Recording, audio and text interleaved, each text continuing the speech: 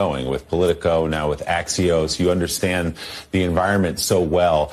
How do Democrats, and frankly, how does legacy media need to change the way it thinks about getting information? I mean, a lot of the voters who went out and voted for Donald Trump, that so many people are wondering what happened here, they're not watching, frankly, this show. They're not reading the New York Times. They're not consuming media that way. And the Trump campaign found those voters where they live. So how do Democrats need to change the way they communicate to voters, if you think that's part of the problem? For sure. I mean, I think all of us have to come to grips with legacy media is just not as important as it thinks it is. It is to you, it is to me. That's a relatively small group of people who rely on us for their information. And you have to go into the world as it is, not as you wish it to be. And basically, the way people get information has shattered into 20, 30 different pieces. And so if you just look empirically at the numbers, Joe Rogan's more important than any of us. He just has a much bigger, hyper-connected audience that listens to his every word. So maybe listen to Joe Rogan and kind of understand, like, what is he talking about? What are the guests that he has on? What are the issues that they care about? Realize that the gravity of right-wing discourse is now taking place on X. It's not Fox. X is what matters. Elon Musk is now, I wrote about this yesterday, arguably the most powerful civilian in the history of the country. He controls information flow. He controls multiple businesses. He has the president's ear. He's going to be in charge of some newfangled organization to gut government spending. We've not seen a person with that kind of clout across those sectors. But where his real power comes from is X. People thought he was an idiot when he bought X because he lost a lot of money. He's got a lot of money. And now he happens to have the most powerful platform on the right. And politics is downstream from information. And there's just a whole new information ecosystem out there. So for us, for you, for Democrats, for Republicans, you have to understand.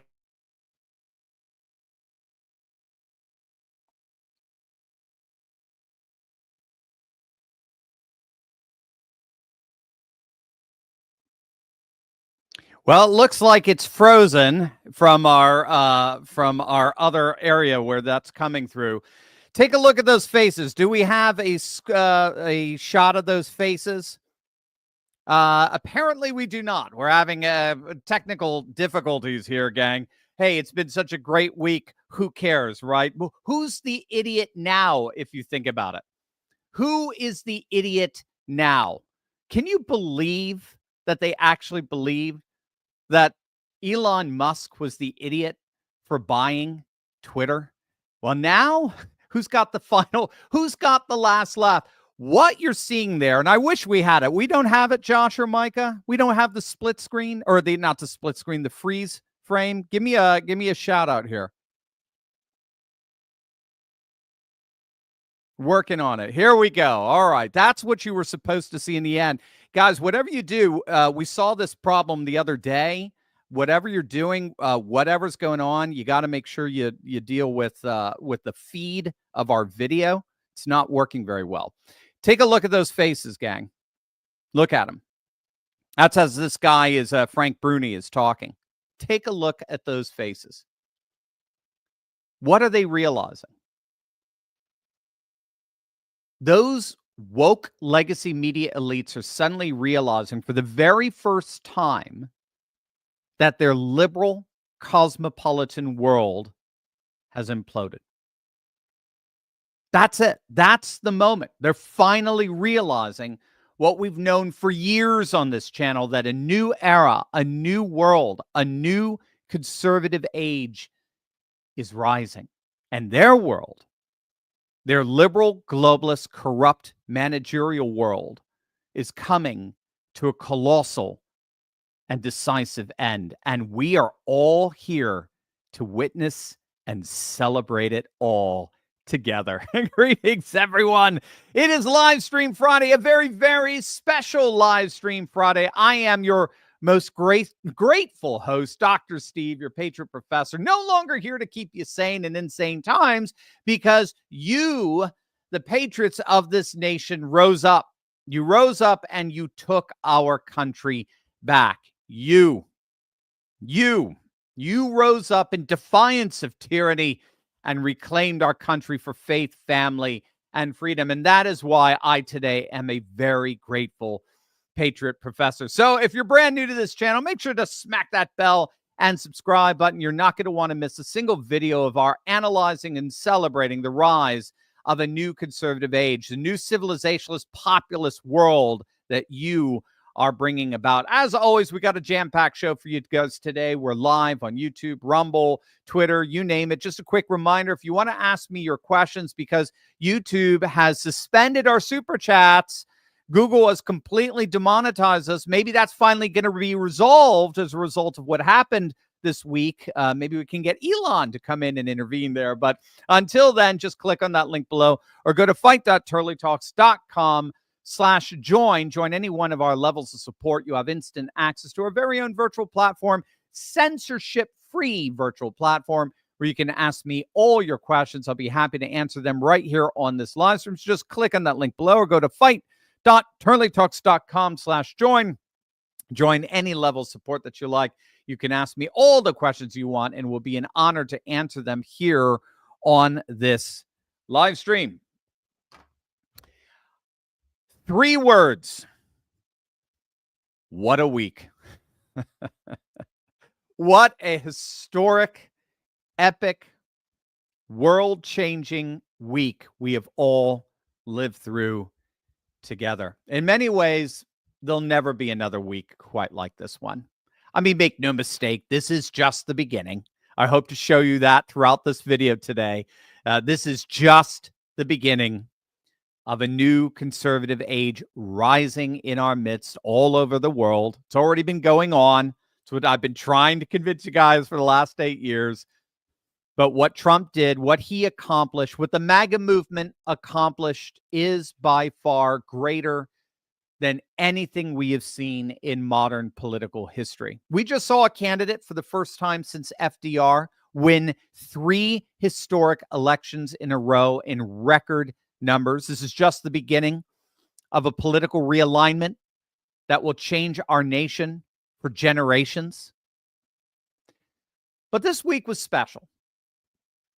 It marked the decisive breakthrough of this new conservative age, when the political paradigm shift that we've been tracking and talking about now for 8 years finally broke the woke liberal left-wing globalist defenses.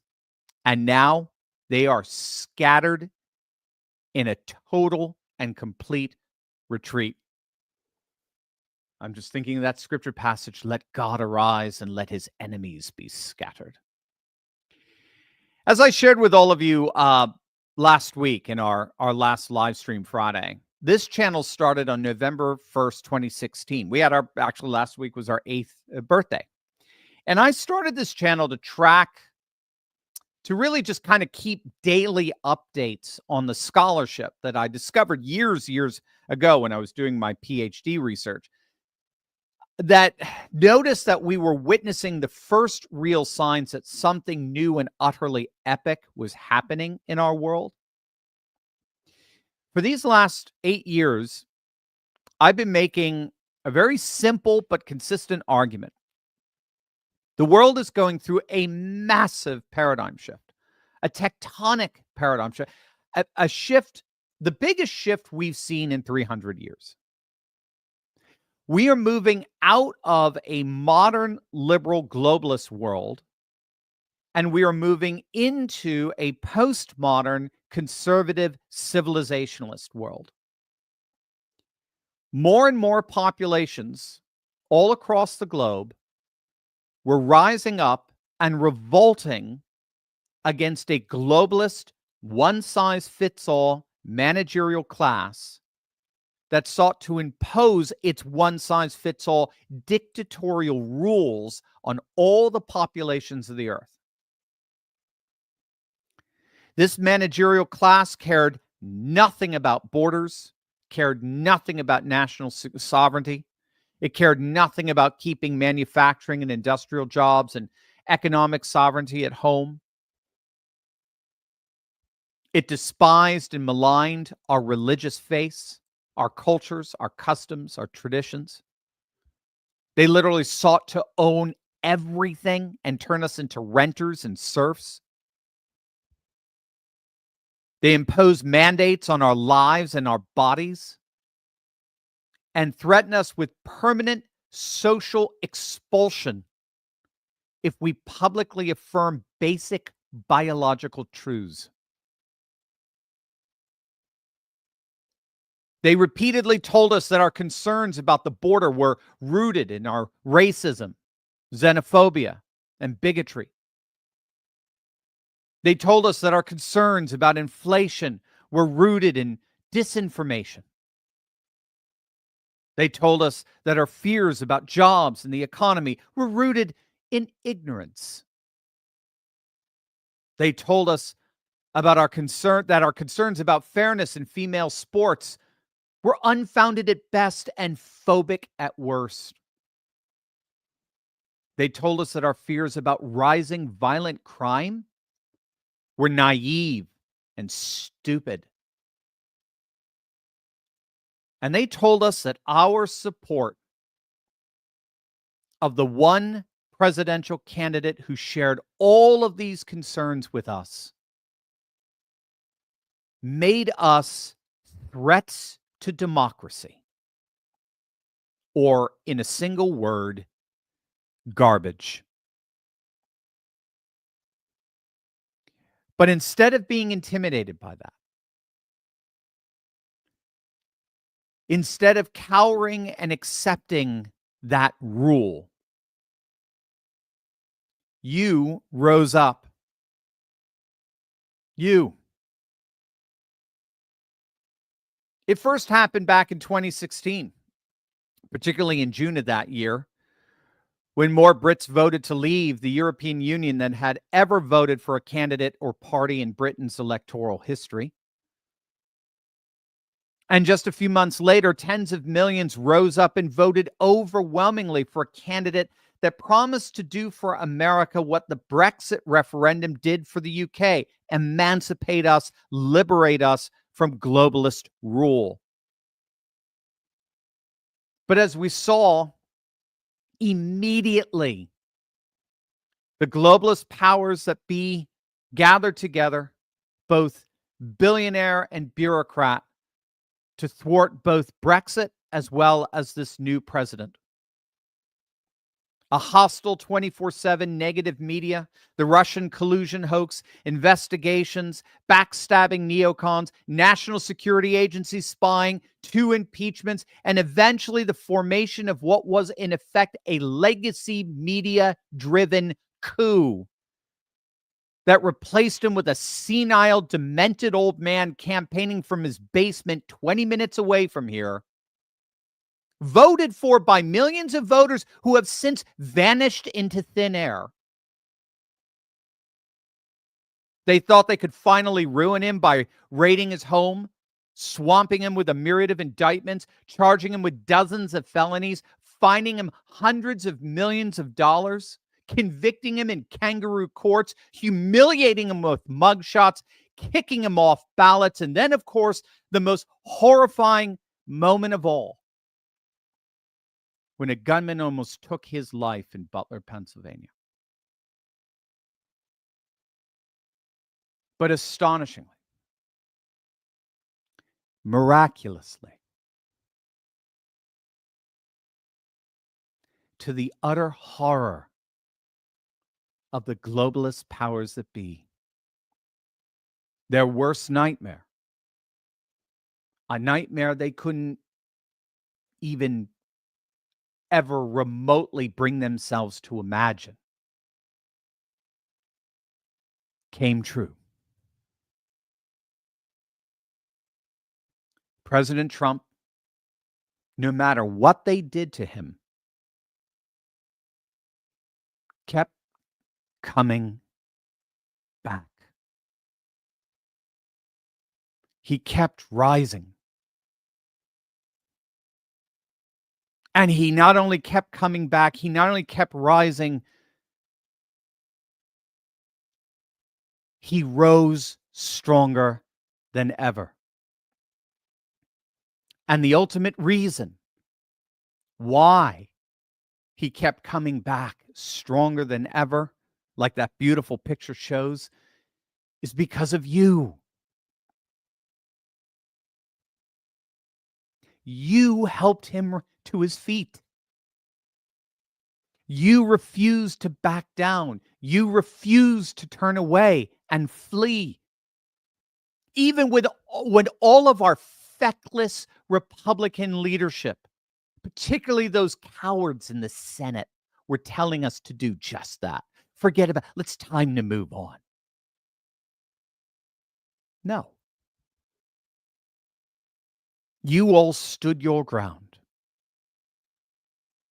You raised your fists right along with him, and you fought.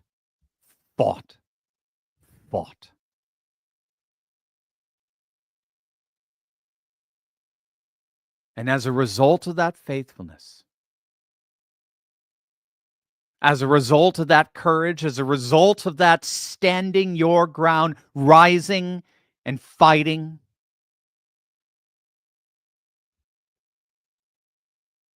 we have together just witnessed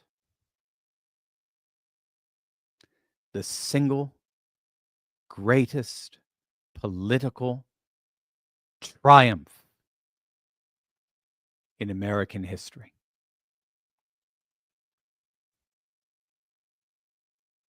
Trump's triumph this past Tuesday, as I'll show you in this video, Trump's triumph was his greatest triumph ever. This far surpassed anything he did in 2016 or 2020. It even surpasses what Obama did back in 2008. This was an election victory unlike anything we have seen before. And it's ultimately because we stood together. By God's grace, we stood our ground. We fought. And we won. Those globalist powers that be are right now, as we speak, in full and panicked retreat. And we're seeing the implosion everywhere. Remember that caravan of migrants headed to our southern border? Did you hear about that? It's officially done. The latest reports are that the 3,000-person caravan that started in southern Mexico has basically dissipated as word spread that Trump was going to have them immediately arrested and deported when he got in. In other words, any hope that Trump's plans of mass deportation would be thwarted or held up in the courts was dashed. Those Jack Smith cases against Trump, dead. Over. The lawfare is officially done, and it failed in every way imaginable. Jack Smith's name will soon be forgotten forever. He probably won't even be anywhere near D.C. when Trump is inaugurated. Even that corrupt Manhattan court presided over by that idiot Judge Merchan is going to toss the whole thing out eventually. Doesn't even matter what he does. He's the most irrelevant peon on the planet right now. Oh, and Trump's team has a rather explicit message for New York Attorney General Letitia James. Check this out. Let me just say this to big New York Attorney General. Whatever you guys are doing. I dare you to try to continue your lawfare against President Trump in his second term, because listen here, sweetheart, we're not messing around this time. And we will put your fat ass in prison for conspiracy against rights. And I promise you that. So think long and hard before you want to violate President Trump's constitutional rights or any other American's constitutional rights. It's not going to happen again. We've been warning people on the show, Mike, this isn't the same Trump administration. Stop messing around. Don't rig elections. Don't illegally vote. Don't try the funny business, because we know the team this time and they are not effing around. That, my friends, is what the breathing of the fresh air of freedom sounds like. Oh, yeah, Letitia James, try it and we will throw your fat ass in jail. That's what's taking our nation back sounds like. And we could go on and on. Steve Madden, the $3 billion shoe company, just announced that they were pulling out their manufacturing plant in China to avoid Trump's tariffs. They're bringing the manufacturing jobs back home. The Dow rose 1,500 points on Wednesday in response to Trump's decisive win.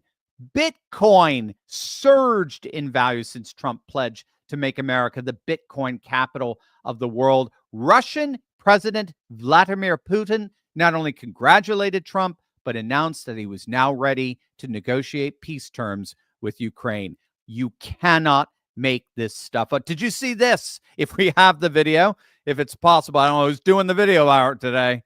Stop drinking. All right, I don't know if we'll have the video. The Polish parliament is cheering and chanting Trump's name. Representative Thomas Massey, who will most likely have a cabinet position in Trump's administration, is already telling the FBI to start packing their bags. They're going to be completely overhauling all the three-letter national security agencies.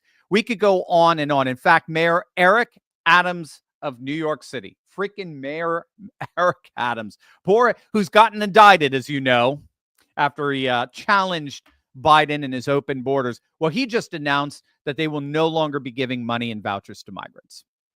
That program, that very controversial program where they were basically paying people to break the law, is now officially over. You think Eric Adams is the next Democrat to join the realignment of normies around the nation? But perhaps the single biggest loser of them all this week, as we circle back Psaki, is the enemy of the American people, the legacy media itself. And that is the biggest prize of them all. But first, gang, if you are just joining us, remember, if you want to ask me your questions, because YouTube has suspended our super chats, just click on that link below.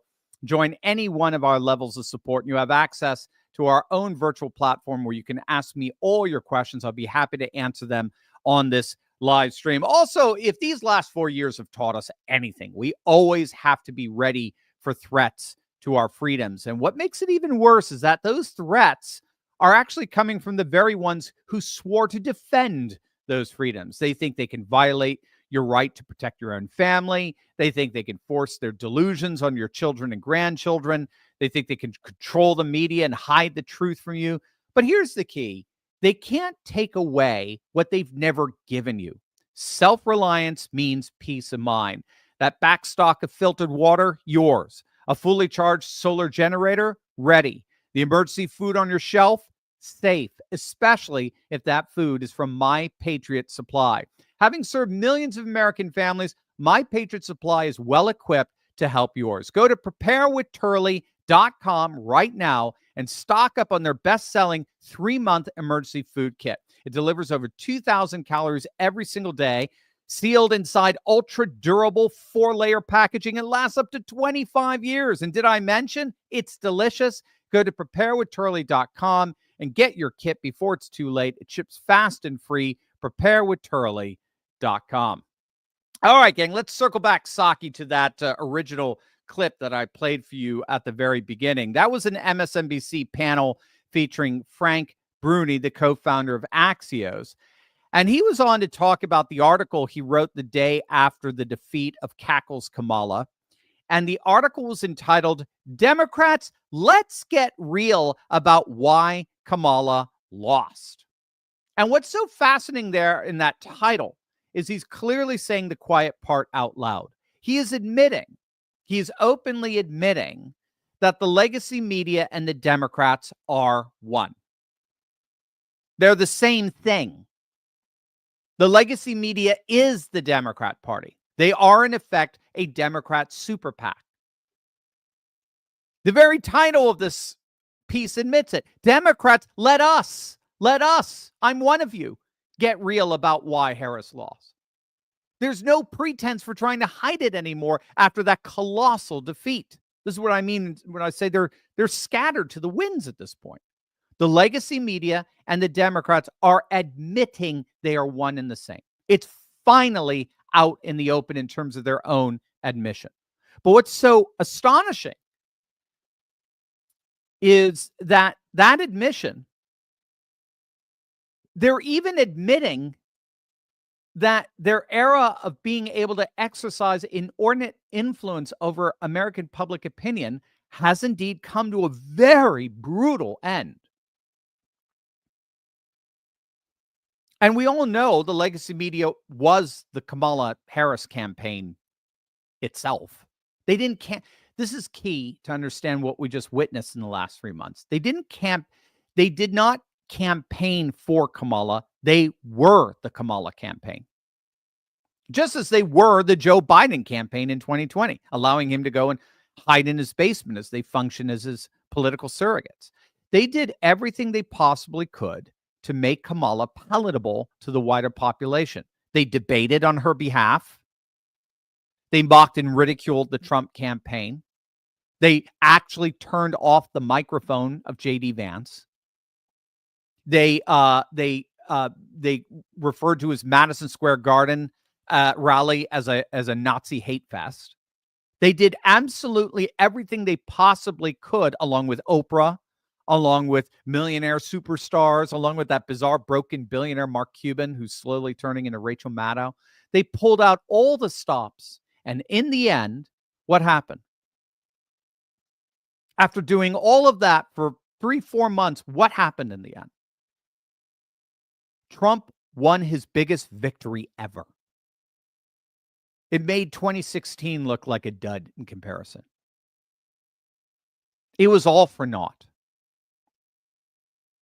As we've been predicting for years now, right? We devoted a number of videos in the past analyzing what's been happening of late, this massive tectonic societal shift. It's all because we're entering into a new era, what scholars call the network society. If you've been with this channel for a while, you certainly know that term. That's part of this new world that's rising. We are in the midst of a network society where, because of the internet, media outlets simply no longer have a monopoly or a privilege or special access to information that's not available to anyone and everyone, right? Because of the internet, because of our hyperconnectivity, we all now have instant access to the exact same kind of information that anyone at the Washington Post or CNN or the New York Times or Fox, for that matter, has access to. And therefore, we, the people, are in a position now to fact check the self-anointed fact checkers. Much better position than we were in 2020 when all the social media outlets were censoring us.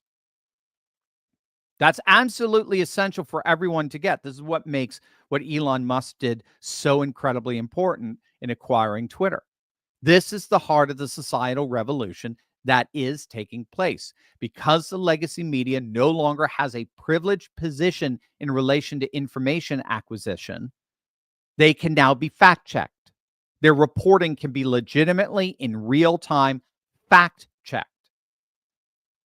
And when you claim to be a reliable mediator of facts, but your supposed facts consistently turn out to be false, or even worse, blatant fabrications, blatant hoaxes, you inevitably and inexorably lose any and all of your credibility. And that's precisely what's happening to the legacy media. Again, the numbers don't lie. According to Gallup, trust in the legacy media has absolutely imploded from a high of 70% in the 1970s to now just 30%.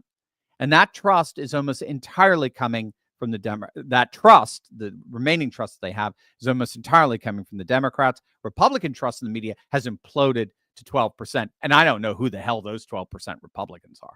They obviously vote for Liz Cheney at this point. But again, what's so important to understand here is that this implosion in trust, I mean, almost literally zero trust in legacy media, has been inordinately influenced by the rise of the internet and the ability for people to access comparable information and draw significantly different inferences and conclusions from that information. And that's changing the plausibility of the business model of the media.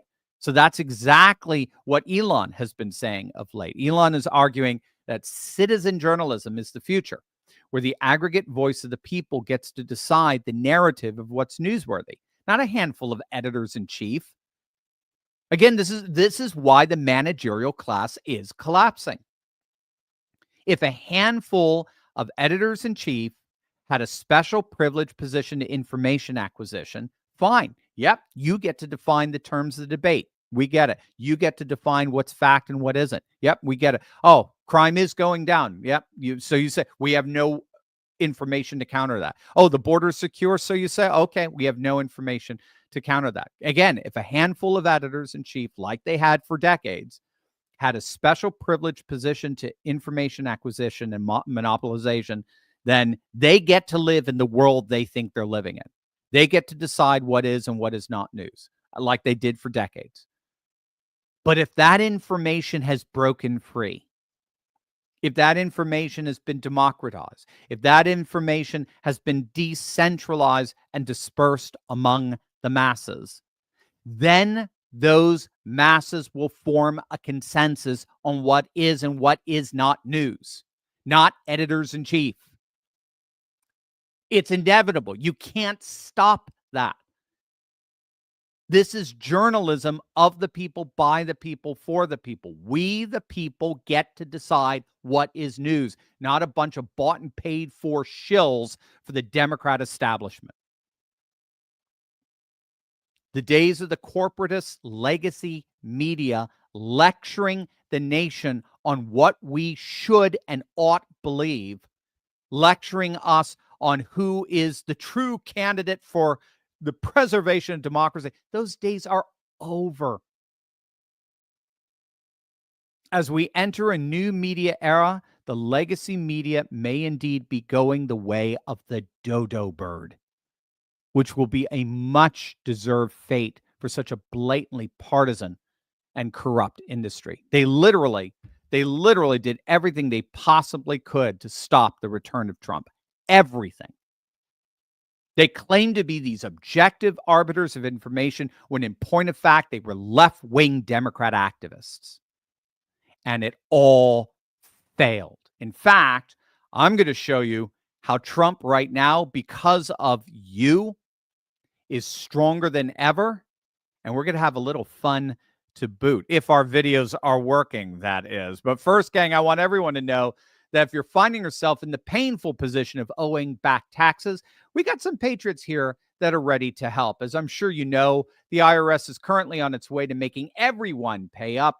They've hired thousands of new agents and sent over 5 million pay-up letters in 2024 alone. But if you're dealing with this mess, I want to connect you with a real, tangible solution. Don't give up your rights or deal with them alone. The IRS is not your friend. Let Tax Network USA, a trusted tax relief firm, save you the time and money you deserve to keep. They've saved Americans, get this, over $1 billion. Yes, that's billion with a B. $1 million in back taxes and have the skills needed to secure you the best possible deal. From a few $1,000s to $10 million, business to personal taxes, let Tax Network USA restore your good standing so you can strengthen your financial foundation. When your situation is secure, you become the pillar of strength our nation needs. Click on that link below or call 1-800-245-6000. That's 1-800-245-6000 for a private free consultation, or visit them at tnusa.com/Turley. All right, let's have a little fun here if we can. The now disgraced lawyer Michael Cohen, the serial liar who turned on Trump and who promised to leave the country were Trump elected. He wasn't having a very good night last night when he tried to explain to a rather bemused audience on social media why he decided he's still going to stay in the country even though Trump is president. Do we have that? Problem. Wow, genius you are. Can we stop with that? I appreciate it. I don't like the stupid turkeys. All right, let's just knock that stupid shit off, please. All right. I did. I said I was leaving, and then the following day, get that through your dumb heads. The following day, I turned around and I said that there's no chance in the world that I'm leaving my country. Thank you very much. All right? I'm not leaving anyway. You leave. This is my country. And I have every right, every single right within which to turn around, would we stop so we can. All right, 2 seconds. I'm going to end up blocking this idiot.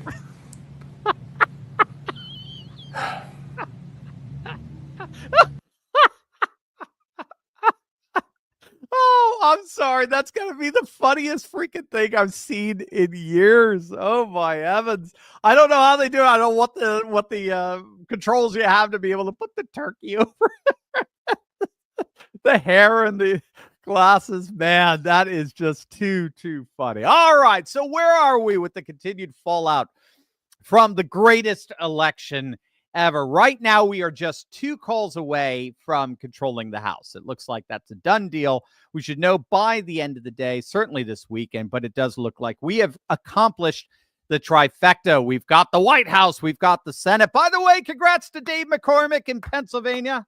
In my own backyard here, he has officially unseated the pathetic Democrat fraud, Bob Casey. Bob Casey, I'm in the Delaware area, in the Philly area. Bob Casey ran ads showing how he was a huge Trump supporter. We need to close that border. We need to bring manufacturing jobs back home, even though he voted with Biden 99% of the time. So goodbye, Bob Casey. You will not be missed. So we got the White House. We got the Senate big time. I'm still pulling for Carrie Lake. She's looking good. She is looking good. And by the way, Arizona, dudes, if I were to say your elections are third world, that would be an insult to the third world, okay? Get your shit together and learn how to do an election like Florida does and Texas does. Get your results in the one. I mean, I don't even know what to say. And you're a red state now, too. Looks like Trump's winning by 6. So he should pull Kerry over the finish line and get rid of that idiot Gallego. And so we've got the White House, we got the Senate, we got House of Representatives, we got the majority of governorships, and we got the majority of state legislatures. It is huge. And as a result, maybe now, finally, the Republican Party establishment will emancipate itself from the shackles of the neocon Bush era, the Karl Roves, the Mitch McConnells, the Paul Ryans, the John McCains, the Cheneys, the Mittens Romneys era. Hopefully they are forever thrown out of the party and we will never, ever look back. Look at the rightward shift here throughout the electorate. This is amazing. This, I think, is the election in a nutshell. Trump won Florida by freaking 13 points. A huge shout out to Seth Keshel. We'll have Seth back, the data analyst. I know you guys really liked him. We'll have Seth back on Tuesday. He's going to do a little victory lap.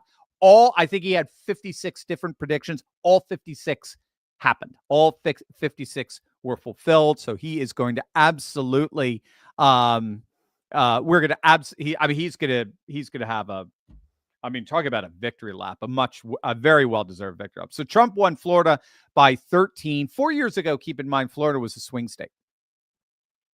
Remember, the margin of victory in swing states are in the low single digits. They knock against the margin of error, and they're therefore flippable. Florida was a swing state. Trump won Florida in 2020 by 3.5 points. He won it by 1.5 in 2016. Hillary almost won Florida.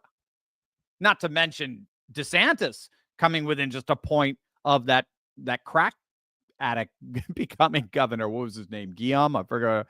Florida's now plus 13. The third most populous state in the union is now a solid, deep red state. God bless Ron DeSantis. But it's not just Florida. Take a look at Texas. Trump won by plus 14 in Texas. It was an absolute blowout, the biggest majority of any Republican since Reagan. We were wondering whether Florida might vote to the right of Texas, and Texans said, no way. Everything's bigger in Texas, including our margins. And there you guys go. So as you can see, moving from 2016 to 2020 to 2024, a massive movement, right? Particularly in the Rio Grande region of the southern border. And this means we're basically seeing the end of the Bush-dominated Texas Republican Party. The Bush Republican Party, it looks like, is finally dying in Texas, and it's being replaced with the America First Trumpian Republican Party, which means that the southern border counties that were traditionally blue, being majority Latino, are all moving to the Republican Party as a part of this permanent Latino realignment. Let's go back to that chart if we can. Excellent. So we got Trump up 13 in Florida, got Trump up 14 in Texas. Take a look at, oh, and by the way, this is how he's winning the popular vote. The second and third most populous states in the nation are solid deep red. He's getting double-digit margins in the second and third most populous states in the nation. When you start doing that, you're going to start winning the popular vote pretty regularly. Especially, again, we'll see he's actually shrunk. He's cut in half the margin that the Democrats have in California. Absolutely astonishing. So get used to the Republican winning the, as long as they're Trumpian Republicans, get used to the new Trumpian Republican Party winning the popular vote. Trump won Iowa by 14. Remember the now thoroughly discredited Ann Seltzer of the Des Moines Register, who's supposedly one of the greatest and most accurate pollsters in the world. She was exposed for being the fraud, the Democrat fraud that she is, by posting a Kamala +3 in Iowa on the Saturday before the election. She did that purposely, by the way, because she attempted to distract voters from the horrific jobs report that landed on Friday, showing that we had only created 10,000 jobs in October when it was expected that we were going to create more than 100,000. This economy could not have survived another 4 years of this and these absolutely incompetent managerial class of Democrats. So instead of talking about that, instead of talking about one of the worst job reports we've seen in years, all the talk shows did on Sunday morning were they talked gleefully, cheerfully about Kamala blowing out Trump because of this poll showing her beating him in otherwise deep red Iowa. And that was Ann Seltzer of the Des Moines Register who dropped that fraud in the midst of this election. She just happened to be 17 off. What lying scum these people are. That's a big thing, by the way. We'll talk to Rich Barris about this as well at some point, how the polling mafia was so thoroughly exposed in this last election. Even Jon Stewart of the Comedy Channel had told pollsters to basically F off. Even he recognized that all they do is lie. I mean, we've talked about this before. The polling industry is just that. It's an industry. Okay, it's a scam. It's a racket. And it's used by Democrats. Pollsters are overwhelmingly liberal, right? Because leftists, woke leftists, as part of their cultural Marxism, have taken over all of our public institutions. So what pollsters do is they put out these fake polls that Democrats use to raise money for their campaigns. They show their donors, hey, look at me. I have a chance of winning in a blowout election. The donor goes, okay, here's your $1 million. So forth. So the favorable polls are there in order to get them big checks to fund their campaigns and also to fabricate a narrative that they're winning to try to convince the masses you want to be on the winning side because nobody wants to be on the losing team. So the polling industry is predominantly left-wing. It always favors the Democrats, always polling to the left. It always polls to the advantage of the liberal for the purpose of funding their campaigns and fabricating a favorable narrative. The polling industry is there to raise money and to manipulate public opinion. And Ann Seltzer is the queen of that fraud industry. Again, going back to the chart here, if I may. So Trump further maximized his margins in Ohio. You see that? Ohio was a swing state back in 2016 and 2020, as was Iowa. The winner was still winning by single digits. Those days are gone, right? But take a look here at the margins that Kamala won in otherwise reliably blue states. Look at this. Kamala won by just 5 in Jersey. 5. Look at this Jersey map. Thank you there. This Jersey map, look at that.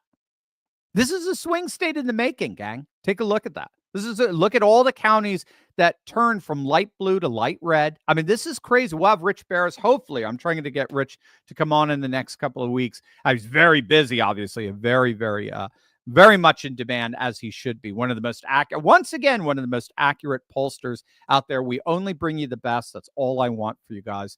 The most accurate election analysis out there. But again, the key here is part of the new American golden age is for this new Trumpian Republican Party. The key in all of this is that we want Trump and the new Republican Party to basically solidify the sweep on Tuesday, solidify the 7 traditional swing states as solid red, really maximize the margins there. And then what we can do for 2028 is we can basically move the swing state map to states like Maine, New Hampshire, New Jersey, Virginia, Minnesota, and New Mexico. All right. So going back, she won by just 5 in Jersey. Look at this. She won by 16 in California. Gang, Biden won California by 30.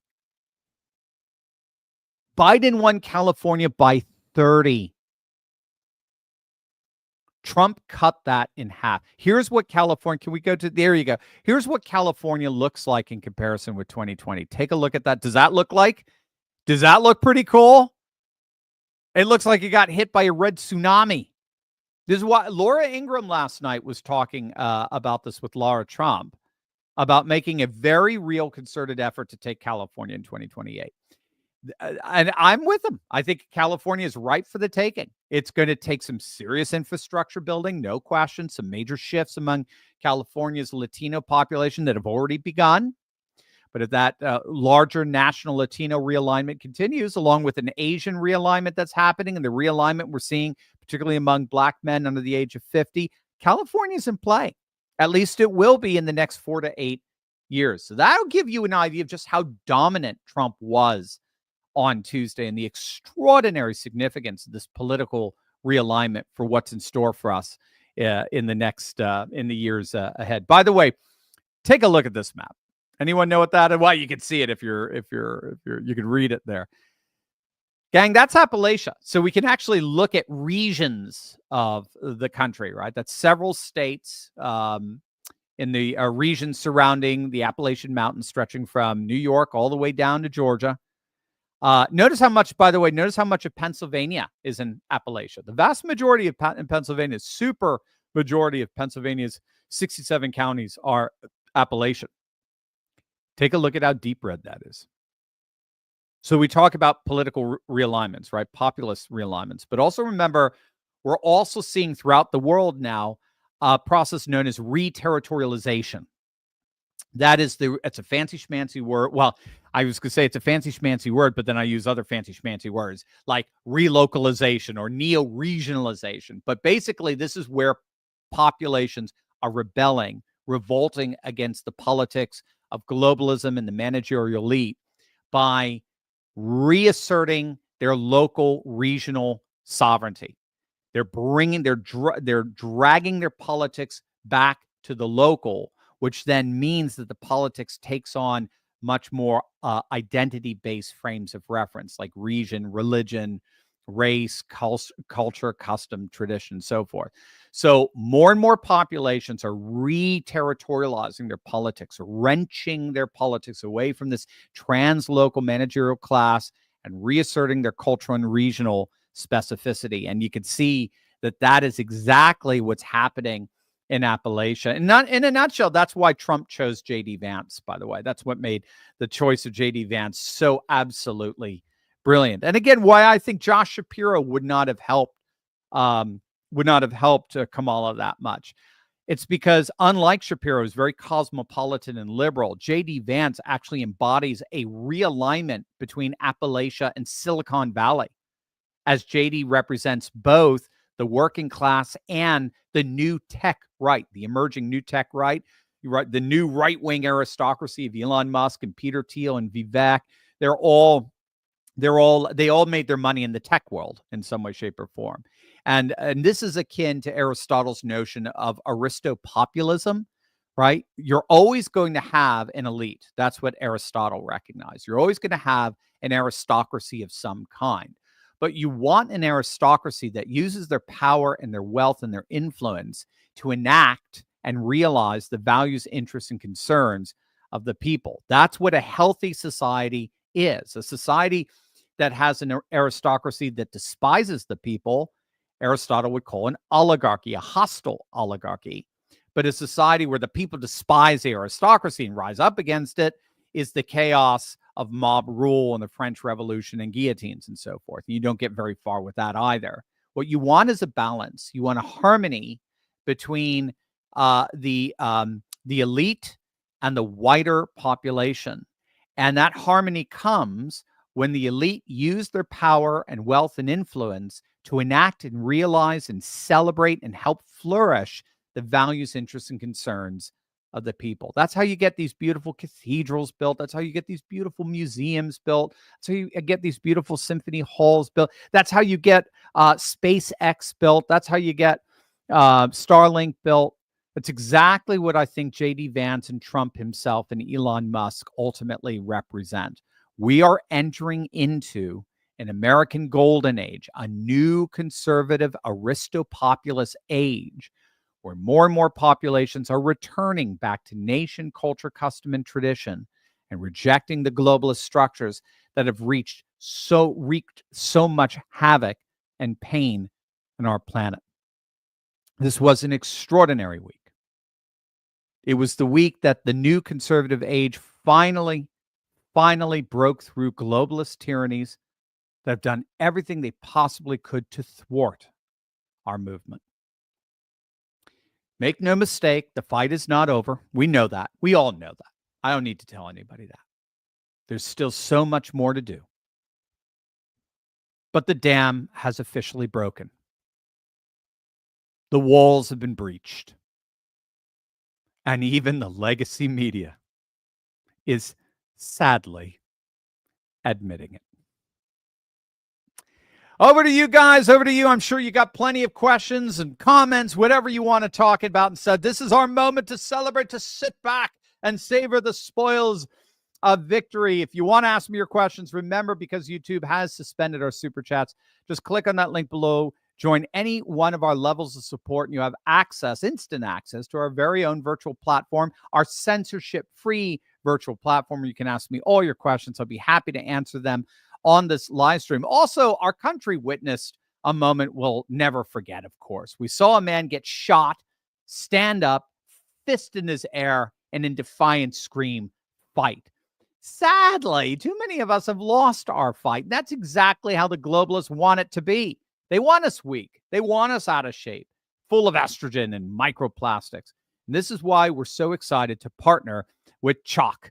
Chalk offers a whole lineup of products formulated to increase your energy, your focus, detoxify your body, and based on clinical studies, boost your testosterone. In fact, the ingredients in the Chalk Male Vitality Stack have been clinically studied to boost free testosterone by 87% in just 21 days. Unlike with gimmicky vegetable pills or powder, you feel the difference, and they have the clinical studies to back it up. And right now, you can get 25% off your Chalk subscription for life. You just heard that right. 25% off for life. Just go to chalk.com. That's spelled CHOQ.com, and use the promo code Turley. That's 25% off any subscription for life, and you can cancel anytime. Chalk is made in America, and their all-American customer service team is standing by to assist you. It's time to make men's vitality great again. Get Chalk today. That's chalk.com, CHOQ.com, promo code Turley. You can text or call them at 50-CHOQ-3000. That's 50-CHOQ-3000. All right, guys, what do we got? What do we got? Let's savor the moment together. There's no one I'd rather be hanging out with than you guys right now. Steve, did Trump 92, 45, and 47, love it, inadvertently make cackling great again? Oh, that's so good. Like Scrooge on Christmas morning. Oh, I love that. After being visited by the ghosts of coups past and deep fake joy present. Nope, no future ghosts. We can't stop cackling here. I will understand that the members of this club want me canceled, but I would submit that Trump 92 has made joy great again, and the tent is big enough for a cackle here or there. Thoughts? Yes, Steve. We will call it the Steve cackle. You are right. Yeah. We can have officially sanctified cackling. That's right. We're not about canceling things. We don't cancel. We transfigure. We turn everything in this world into glorious expressions of faith, family, and freedom. So there you go. I love it, Steve. Gerald, Dr. Steve, what are your thoughts on Governor DeWine selecting Vivek to fill J.D. Vance's Ohio Senate seat? Vivek and J.D. are close friends, but I fear DeWine will select John Husted since those two are close-knit. Yeah, and DeWine is a total neocon and just rhino. Where would Vivek best serve if not Senate? Thank God for the strong Ohio GOP legislatures that keep our rhino in check, that's for sure. Hopefully now we'll fully back President Trump, seeing he won Ohio by 11, but more than that, Gerald. Bigger than that, right? Did he hit Ohio? Oh, I just was looking at it. 13 points, I forget. But anyway, yes, double digits, absolutely. And you are a solid red state now. Trifecta, you have the supermajority in the legislature and so forth. I don't know. I've been thinking about that. I frankly would prefer Vivek. I think he just could be more. I would love to just see him working for 4 years in Trump's cabinet in some way. I just think he'll be so amazing in terms of the dismantling of the deep state. He is so on that debate he had with John Bolton on the deep state. Bolton denies there's such a thing as a deep state, and Vivek just crushed him on that. I would like to see him in Trump's cabinet, quite frankly. So I know I don't even know if DeWine would appoint him since he's such a rhino, but I don't think you have to worry about it in the end. Right. This is going to be a super hardcore presidency weighted 4 years. He's not going to be waiting for Congress to do anything. And I think congressional Republicans understand that and know that. So I just keep your eye on the ball. I would put Vivek where all the action is. That's me personally. Bill, hello, Dr. Steve. The Arizona Senate race has Ruben Gallego, 49.8 to Kerry, 48.1 with 76% expected votes in. Remaining 808,000. Lake is really closing the act. They are. She could totally pull this off. She gained approximately 350,000 votes in the last vote drop. Awesome. I really want Lake to win, but if she doesn't, I would like to see Lake in the Trump administration. Yes, I'm with you. I would too. That's a great one way or another. She wins. Yeah, that's what I would like to see. I mean, she would be. She was in media. I think she would be a great press secretary. I know she could be doing a lot more, but she could be using her skills and being able to. And she handles the media like no one else. McEnany's okay, but she turned her back on Trump a few times over his last 4 years. To me, I think Trump has kept his list of who was faithful and who was not over these last 4 years. McEnany really wasn't, to be honest. She flip-flopped a bit. She was pretty wishy-washy. Not as bad as Jenna Ellis or anything like that, but I mean, she wasn't bawling in a courtroom. But nevertheless, I think you're right. I think she should be front and center over these next 4 years, and I think she will be in one way or the other, hopefully as your senator. Rock dog, Dr. Steve, did you see Heinrich Himmler facing justice for turning the DOJ into a political? Do you see him facing justice for turning the DOJ into a political weapon and violating millions of Americans' constitutional rights? So we're already getting word that he's lawyering up. That's all I know. I don't have any other inside information, but I mean, certainly Steve Bannon is talking about it. That Garland had better lawyer up. No, those are the people. And again, keep in mind, maybe Garland's a little bit more active, but a lot of these guys are just faces of a deep state. It's the deep state itself that we want to. We don't care about the frosting per se. We want to take out the cake. We want to take out the deep state. We want to take out the legs upon which Garland stands.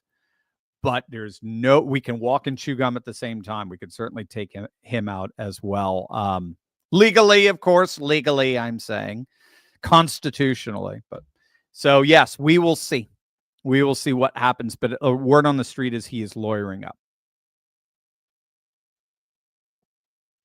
Missy, do you trust Rubio, who seems to be pushed very hard for a Trump cabinet? After his trips to the Middle East with McCain and Graham, I do not feel good about him being part of the team. We'll see. So Susie Wiles is now, you probably heard, who's amazing, by the way. That was, if that's Trump's first official appointment, this is going to be, this is going to be epic. This is going to be lit. Susie Wiles more or less ran Trump's campaign, and she kept him disciplined. She kept him focused in a way that his other campaign managers and chief of staff simply couldn't do in 2016 or in 2020. So that'll ultimately be up to her. I'm with you. I'm not a big fan of Rubio. I think he belongs in the Senate. I just see him as a senator, that kind of consensus, aristocratic, above it all sort of aloofness. That's the way our system's set up, is to have our own House of Lords, which is the Senate. So we'll see. But no, I'm with you. I don't want to see him in the cabinet. If he is, hopefully he plays ball. Well, he'll have to play ball. I think Trump is done with anyone not playing ball, or anyone who would have any possibility of. Again, remember the way it works. This is the way Washington works. You work with the president for like a year or 2 years. You resign. Then you turn around and write a nasty book about them with a 7-figure upfront payment. You get paid up front, 7 figures. And you go on a book tour, and you're lauded and celebrated by the legacy media as you expose all the dirty laundry that happened behind the scenes, half of which, of course, is made up and is a lie. So that's the business model of working for a president. That's how you become a millionaire, working for the president. And what he's got to do is, like Susie Wiles, is he's got to find all of these cabinet members that are not going to be doing that. But even, Mike Pompeo, all these guys, you name it, they all stabbed him in the back, because that's what they are. They're snakes. That's what they do. John Bolton, they're snakes. That's what they do. That's how you make your money. All right. So anyway, I could keep going, but we'll leave it at that. Eric the Red, one of your new members. Yes, Eric, good to hear from you. Dr. Steve, I'm just dying to see some videos from you on all this juicy Sean P. Diddy Combs news. How long are you going to make us wait? Oh, my, you've done a decent number of Epstein and Oprah ones. It's only fair, right? I'm sure any such video would get lots of views. Plus, I imagine you have fun with it yourself, too. Yeah. The more information we get. So for me, the key with Epstein, the key with Oprah, the key with Weinstein's, they were all connected with the powers that be. And so we'll see the extent to which P. Diddy is connected with the powers that be. I thought there was going to be some bombshell October surprise that showed Kamala intimately connected with P. Diddy. It never dropped. But we'll see. Yeah. I report on anything that I think is part of the fall of a corroded, rotting establishment, the rise of a new conservative age. Mickey, if we don't get the House, would there be ongoing impeachment trials for our president? Could he get impeached before he ever gets started? Good question. I don't know. No, I don't think he can be impeached before he ever gets started. That's what made the second impeachment so incredibly controversial. There were a number of legal scholars saying you can't impeach a president that's not in power anymore. It was a ceremonial impeachment led by Nancy Impeachment Pelosi, one of the sickest human beings on the planet. So if we, I think we're going to get the House. I think that's baked into the cake. But even if we didn't, if Hakeem Jeffries decides to go that route, let him. I think they will be looked on as the most inconsequential, irrelevant houses that have ever been in session. We have the Senate. We can confirm any judges we want. That's the key with the Senate. With the Senate is you have access to the so-called third branch of government in a way you just simply don't have with the House. So if you have the White House and you have the Senate, in effect, you also have the judiciary. So you have all three branches. Whereas if you have the White House and the House, that's it. You've just got the two, and you're stuck. Just ask Barack Obama. You're in his second term. You're stuck. Mitch McConnell completely thwarted his ability to affect judiciary. He basically shut down all his judiciary opponents appointments. The one good thing that Mitch McConnell did. That's the one thing we do. We should owe him gratitude. But other than that, he needs to go. He's a disaster. So no, I don't think it's good. They could do whatever they want. I don't think it's going to matter at all. I honestly don't. I think Trump is just going to laugh at him. Like, what do I mean, I've already been impeached. Impeach me here. Impeach me 4 times. I don't care. It's going nowhere. Terry, the congressional leaders let Trump down. And that's why the House is still too close to call, and Kari Lake might not enter the Senate. How can we be sure that new leadership elections will give us better leaders than Beijing? Mitch, that's a great question. Yeah, no, the Republicans have only themselves to blame.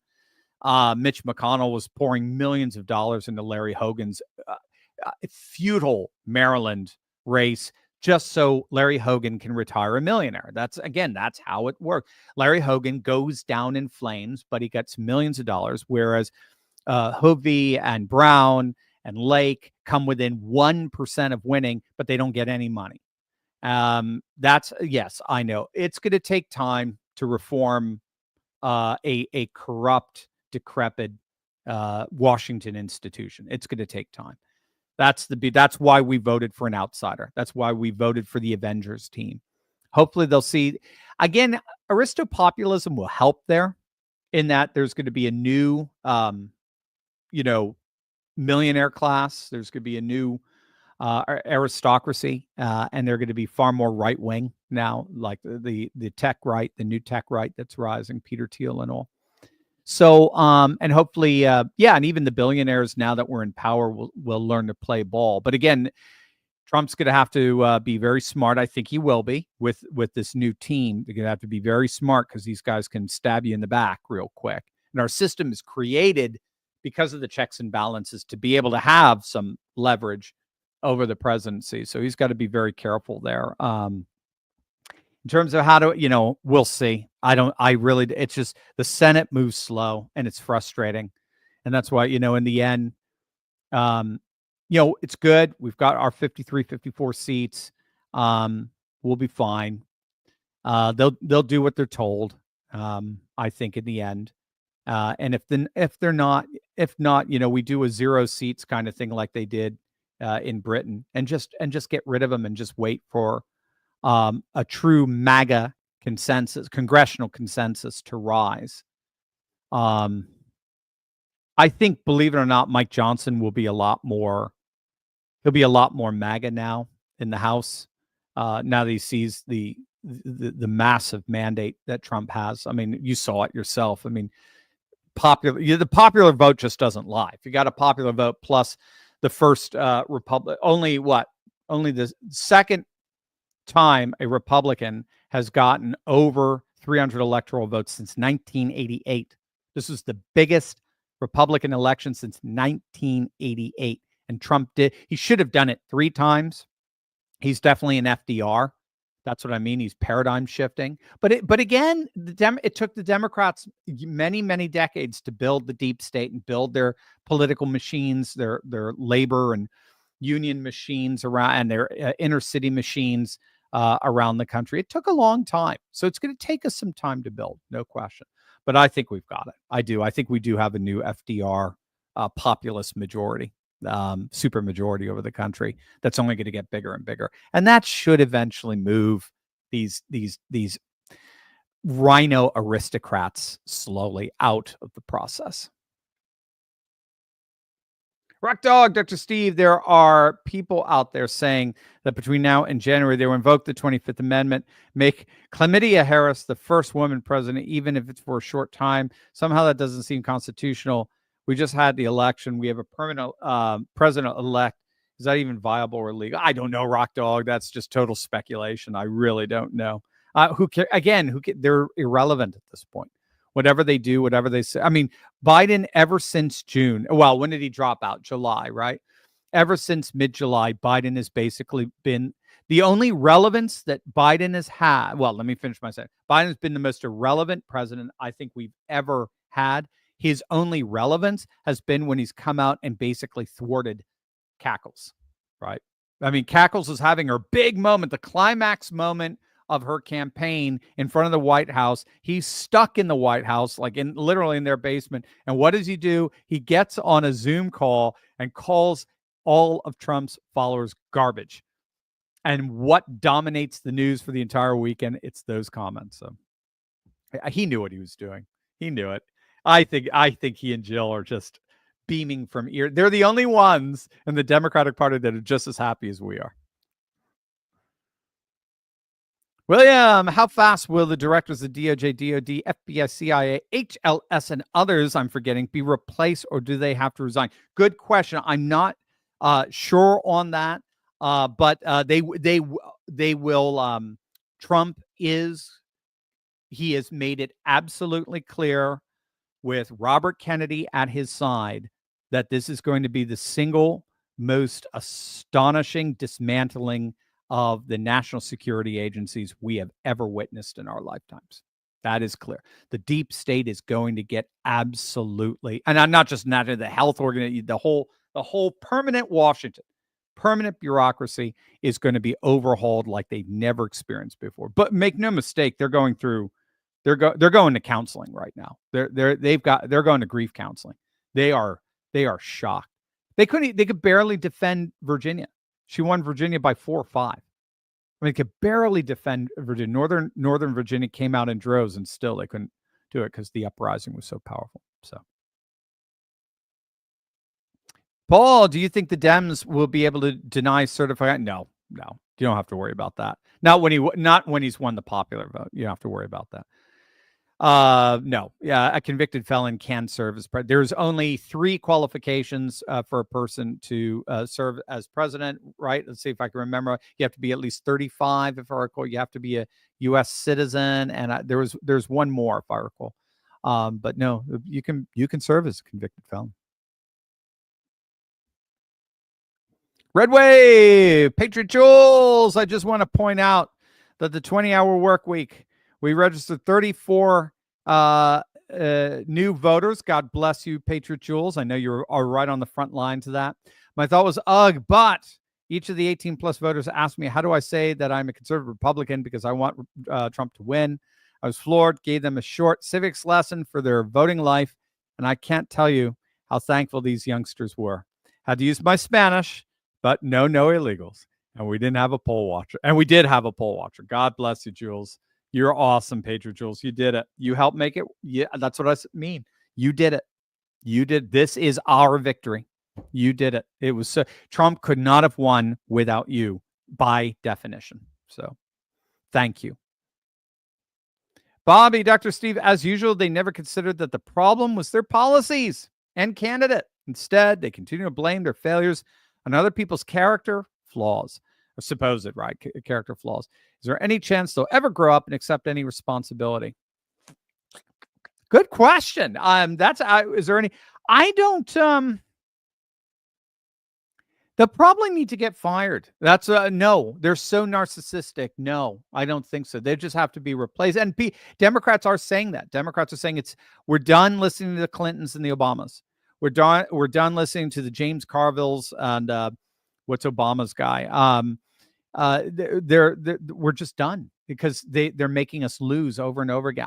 A lot of Democrats know they didn't win in 2020, or they at least they suspect they did not win. They suspect something was not quite on the up and up. They didn't care. Oh, Axelrod, by the way, this is the other. So Carville and Axelrod, they're just kind of done with them, sort of leading the way in terms of the advisor class. They just feel like something wasn't right with 2020. Trump came way too close, than 40,000 votes. It shouldn't have been that close. Should have won in an absolute landslide, and they're not.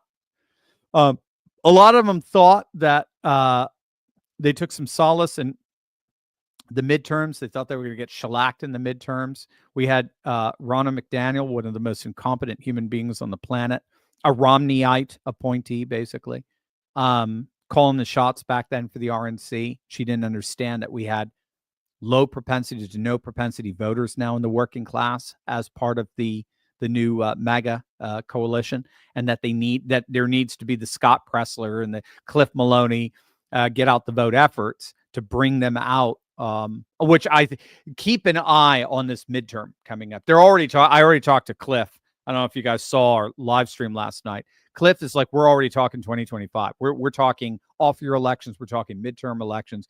This is a permanent realignment, and we're going to win every election here on in. I mean, it's amazing what they're talking about in terms of creating a Republican get-out-the-vote machine that they can just enact every single year and get out the vote, because they just don't have the numbers anymore. That's the thing with all the voter registration. They just don't have the numbers. They're becoming extinct. So anyway, all of that's to say, I think they're going to need some new blood. Again, like what we had, people from the outside to come in and say, okay, guys, new sheriff's in town. Here's where you screwed up. Here's where you messed up. As it turns out, a lot of people really don't buy your wacky woke ideas. Okay, so we're going to throw those out. We're going to go back to the working class. We're going to become more populist. We're going to become more Fetterman-like. But we might adopt a little bit more Bernie Sanders kind of socialist talk. That'll appease the AOCs and so forth. But enough with men competing in women's sports. Enough with this, open borders. Enough with, amnesty. Enough with all this stuff. So hopefully all of that is dead from this point forward. But we'll see. Okie Joe, Dr. Steve, you and all other independent journalists and podcasters deserve some of the credit for these victories. You all got the truth out. Reminds me of the days of Radio Free Europe. Thank you. Okay, that's the way we tend to think of ourselves, is that we're not part of the mainstream media. We have a mission to free us from these technocratic tyrants that are basically redefining reality in their own warped psychotic terms. And so, yeah. And our reporting has to be accurate because we have to earn your trust. So we have to be right. And if we're not right, you rightly say, I'm not listening to you anymore. You delegitimize yourselves. So thank you. Thank you very much, Okie Joe. William, Dr. T, your take. Trump strips alphabet agencies of their power, moves D of Department of Agriculture to MN to gain support for GOP moves. Oh, so you were talking Minnesota to gain support for GOP moves. IRS to Point Barrow, Arkansas grants J6 pardons and pardons Hunter. Lowers taxes, eliminates federal taxes immediately, ends propaganda active. Obama discloses all top secret grants. Assange, a forum. Your thought? Okay, no, I've got it. So you're brilliant, William. You're thinking exactly the way politics works. Politics is not about ideology, ultimately. Enough with the National Review ideologues, and now enough with the neocons. Enough with them. Politics ultimately is about the use of power, and you use power to reward your friends and punish your enemies. Okay, no, I'm not talking about throwing people in prison or whatever. But social orders always function in relation to rules, understandings, and goals considered normative, considered absolute, considered unquestionable. And politics is about who gets to define those rules, understandings, and goals. And that's exactly what you're doing here. You're about it's not about simply, hey, we get to be in office for 4 years. Okay, so show me around here. Show me where everything is. No, you get to rearrange the furniture. You get to rearrange the hall. We're here for 4 years and we plan to be here for the next 40. So what do we do to rearrange everything so it's now calibrated around us and our power structures? And that's exactly what you're talking about right there. And I couldn't agree with you more on all of it. I don't see anything. Even pardoning Hunter. I do. I mean, you could be totally all about restructuring the whole of things, punishing enemies and so forth, but also granting some kind of reprieve to some like Joe. In the end, Joe was used. Now he is a scumbag. He made himself available to be used, but in the end, he was used. And we all know he's crooked as the day is long. And we all know Hunter is just, obviously, he's got serious issues. that the legacy media and big tech did everything. Shame on you forever, Twitter, old Twitter, Jack Dorsey Twitter, and Facebook for locking the New York Post out of their account in October 2020. Those are the real act. Those are the ones you want to keep an eye on, and you want to remedy that in some way, shape, or form, legally, constitutionally, legally. But yeah, absolutely. Julian Assange, absolutely. All Julian Assange did was end the secrecy behind the deep state's power. And the deep state, what do they try to do when you try to out their corruption? They silence you, right? Silence is their weapon. Silencing is their weapon. And that's all Assange was trying to do. Assange was trying, in the end, to break that silence. And they tried to destroy him for it. Even Newt Gingrich wanted to destroy him. Mike Pompeo wanted to destroy those guys. Gingrich, I have no problem with Gingrich on Fox. Keep him very far away from the White House. I have no problem with Pompeo retiring. Keep him very, very far away from the White House. These guys are old school, old establishment players. They are not for the new conservative age. Quark, happy Friday, Dr. Steve. What are you still waiting for the House count? We are still waiting for the House count to finish. Will they put it off to steal those seats from the Republicans? All right. Well, Quark, don't do that. I know. I think I don't, Quark, you don't actually think number 47 is coming into office and he's just going to allow elections to continue the way they've been going. You don't actually believe that, do you? So it's okay. Now, I know there's still shenanigans. Yes, there clearly are. The election modelers that I relied on in our coverage leading up to the election, in terms of like Seth Keshel and so forth, they're all examining what's coming out of Madison, what's coming out of Milwaukee, and so forth. They're cheating their asses off. It's so obvious. But the neat thing is, with Laura Trump and Mike Whatley, they have a whole canvassing division. What canvassing does is you can actually go back and visit the locations of these suspect votes to see what's going on. So Cliff Maloney found that there was one address that had 50 different voters connected with it. And he went to and visited the address himself in Pennsylvania. And there were, needless to say, there were not 50 individual voters there. And he brought it to Whatley's attention. They shut it down. You saw it. You've been seeing it.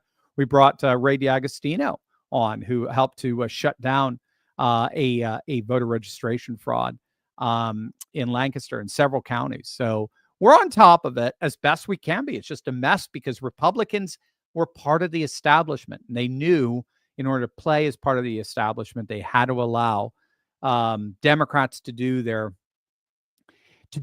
thing. Let's just say that. And those days are over. So we'll see how it plays out. But we got the White House. We got the Senate. I think we're going to get the House. I don't think that's going to be a problem. And we're going to have to do fixing our elections will be part of the new golden age. Bill, Dr. Steele, I believe it's possible we may have dodged a bullet. The Democrats would have embraced RFK. We could have had a much closer race. Thank God for their stupidity. And here's to great success with Maha. Your thoughts? I agree. We did.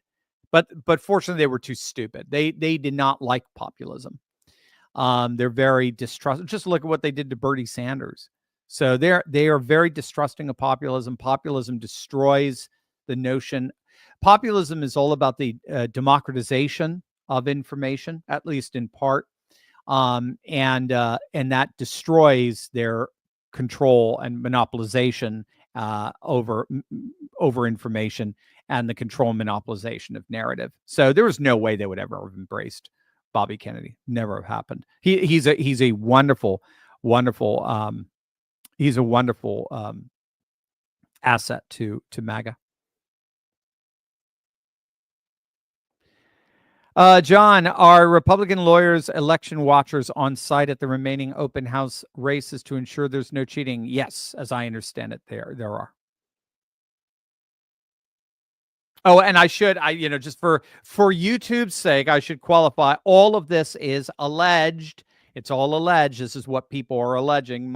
Election modelers are alleging. I'm not saying it's actually happening, but I think there's been a history of it that's been pretty clear, and a lot of people are sick and tired of it. John, or Franz, sorry, would it be fair to say that the cultural backlash thesis is a coping mechanism for the underbelly of liberalism? Ooh, I like that. I like that. Yeah, if you're talking about particularly the demographic loss, I love that, Franz. You are up. You're very sophisticated political analysis and cultural analysis. So the soft underbelly of liberalism, people don't know, is liberals have stopped having kids, and this new thing now of all these angry white liberal women saying, I'm not going to be sleeping with men anymore. Okay. Because of all the patriarchy. Okay. All you're doing is just basically guaranteeing you're all going to just disappear. Liberalism will biologically fade out. So the cultural backlash thesis, I think, is and the cultural backlash thesis, people don't know, is the notion that angry white men are the only ones who are ultimately voting for these populists all around the world, particularly in America and Europe. And it's only a matter of time before they die out, and a new progressive, liberal, woke era will rise, because all the young people, as we all know, are all super woke, super liberal, super progressive. Unfortunately, as we're seeing even in this last election, Zoomers are some of the most conservative, very nationalist populists among the electorate. It's actually, ironically, it's more the boomers. It's more the 65 to 75-year-olds who are actually the most liberal. That's the irony. So anyway, yeah, you got it, Franz. I think it's a great coping mechanism that they're losing. They're falling apart. John, Dr. Steve, still hope President-elect Trump will use the mugshot as his official photo for his term. I would love that. I love that. That would be great, John. That'd be awesome. Quark, when will YouTube get hammered for censoring Turley Talks and other freedom fighters? We will see. We will see. Already, both Musk and RFK Jr. have said that they are going to make the prevailing culture of censorship and suppression in big tech one of their main objectives, one of their main priorities, to address that, because it is very very rude of them for what they're doing, to say the least. MAGA Donald Llama Trump. Dr. Turley, what's in store for the Democratic Party now? Have they been so devastated enough to start fixing their party, or are they about to completely fall apart? What do you think they're ultimately going to have to do to survive politically? It's a good question.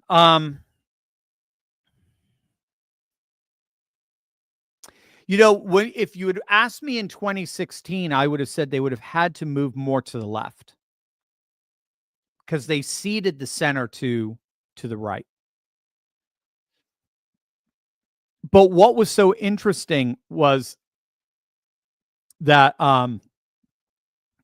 Bob Casey, the Wisconsin senator, Michigan, Gallego in Arizona, they all moved to the right in order to get elected. They all said they're just like Trump. They support closing the borders. They support bringing manufacturing jobs back home. They support our traditions and our customs. They went full MAGA. Even Kamala did at one point. So they recognize where the consensus is. They have to try to. I think what they'll probably try to do is they'll try to be MAGA, but a bit more Sanders-like, a little more socialist. Try to fault Trump for being too comfortable with the billionaires, even though they're the billionaire, the Soros class, the Oprah class, the Mark Cuban class. I don't know. I'm going to have to keep an eye on what they do, but I don't know. Again, this is devastating for them. Their entire establishment that they've built since World War II, the end of World War II, is falling. It's collapsing. It's dying. So it's going to take a long time, I think, for them to recover. We'll see. We'll keep an eye on it. We'll keep an eye. There could be some serious missteps from Trump as well. But right now, he seems to have a massive coalition behind him right now. Absolutely huge. I mean, half of the California electorate that had voted for Biden is gone. Wherever they went, they're gone. So, I mean, this is stunning stuff. So we'll have to keep an eye on it and see. The Brian, Dr. Steve, have any of the doom and gloom doubters or negative naysayers returned to you to apologize? Or at least tell you that you were right about the 2024 outcome? No, I don't expect it either. It's a thankless job.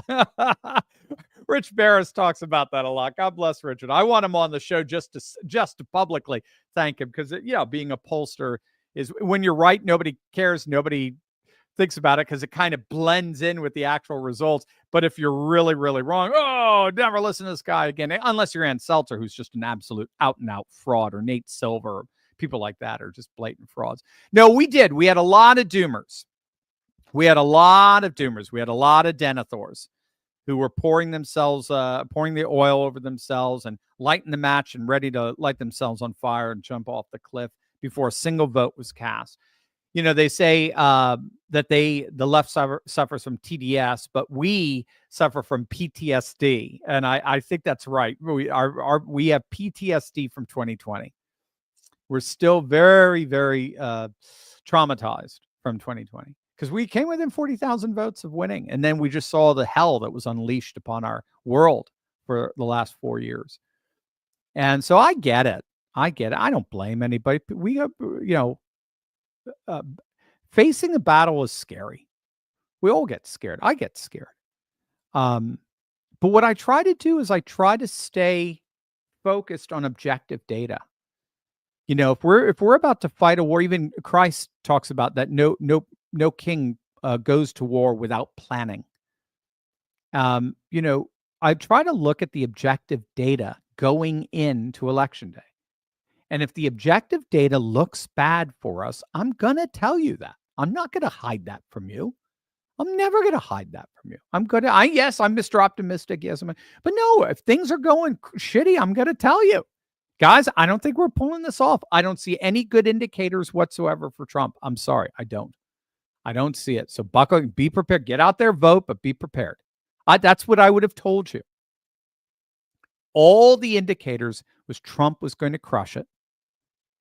All the indicators was that they were flashing infrared lighting on all possible shenanigans ahead of time. They were catching them. And, there was no evidence, none, for the hysteria over the illegal immigrants voting in mass by the millions, I heard one person say. No evidence whatsoever because they would have showed up in the election registration data. We had all the data. So I just try to keep focused on objective data. And I will always do that for you guys. I will never go into conjecture. I'm never going to have as a title, 100 million illegal immigrants, are going to vote and take over our country. I'm never going to do that. It's just never going to happen. Yeah. Just if that's what you're looking for, you found the wrong channel. If you're looking for objective data analysis and election coverage, that's what you're going to get here. Those are the guests I bring on and the like. So with fully recognizing that we've got problems in our elections, but I didn't see anything that would prevent. And that's why even all throughout election day, I did 3 video updates on here's the database we can go to see if there's any spike in the amount of Democrats that are coming out to vote, because they need that. They need that spike. If they don't have that spike, because we're ahead in the early voting, they're shot. So let's see if there's a spike. And if there is a spike, where's it coming from? Does it look just as suspicious? We were watching for it, and it didn't happen. So there you go. Thank you, the Brian. I appreciate it. Bobby, how long are President Trump's coattails? Very long, very long. We took the Senate. Looks like we took the House. We took the majority of governorships, and we took the majority of state legislatures. So it doesn't get longer than that. It's awesome. America the Free, Dr. Steve, do you think the deep state will still overturn this election before January 6th? Just kidding. Thank God. Oh, America the Free. I almost just said, dude, pour that oil and light that match because I am just done with you guys. Jump off that cliff. I'm done. I am done. Just kidding. You can rest easy about not having to answer as many of these types of questions for a while. Great work rallying the troops. Thank you, America the Free. Yeah, we needed that. We needed the ghosts of, we needed to exorcise the demons of 2020, and I think we did. I think we did. Matt, Dr. Steve, can Trump pass legislation to stop foreign donations to parties like from Soros? Yes, I would love to see what it'll be I mean, Elon Musk is, if I recall, I know he referred to WEF as Satan. When they talked about their their ESG standards, right? Environment, social, and governance standards. And he said the S in ESG stands for Satan. And he hates Soros. He despises Soros. He thinks Soros hates America. I think you could be assured this new administration is going to make, let's just put it this way, they're going to make things very difficult. They're going to put up a lot of obstacles for the Soros machine, just like Orban has done in Hungary. Super Buff Shaft. It drives me crazy. Jovan Pulitzer helped to do the Arizona state audit and expose many of the rigs in elections. I think we have a second. 3 years every day showing forensic proof, and many on our side have no idea. Yeah, Super Buff. I just don't know what to tell you if you're dooming over this election. I just don't know what to tell you. All I can say, well, I do know what to tell. When I say all I can say is, you can't possibly believe that President Trump is going to spend 4 years in office and not address this issue. Obviously not. So, don't doom over that stuff. Polymander, free religion and remove the 501c3. You're talking about the restrictions that Lyndon Johnson put on the pulpit. I agree with you 1,000%. It is. I think it is a violation of the First Amendment. Absolutely. Watchmen, could you arrange having Winston Marshall of Great Britain as a guest? He debated. Oh, Nancy, yes, the musician. He's wonderful. I will try Winston Marshall. I think I reached out to him once, actually, on Twitter, but we can follow up with that. Yes, he on populism. So sorry, I should read he debated Nancy Pelosi at Oxford and debated her pants off on populism. Very articulate and very brilliant. He was actually on the Gutfeld show last night. I've been tuning in. I will admit it. I've been tuning into Fox of late ever since Brett Baer redeemed himself by making the call on Pennsylvania. I've been watching him each night. It'll just be for a little bit. I actually don't like sitting through network television anymore. It's just I prefer curated content. But anyway, so yeah, he was on last night and it was brilliant. He was great. Love to have him. Polymander, yep, got that. And that's it. All right, gang. You deserve a wonderful weekend of partying and enjoyment and rest.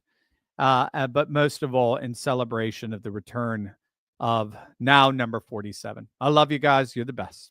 God bless.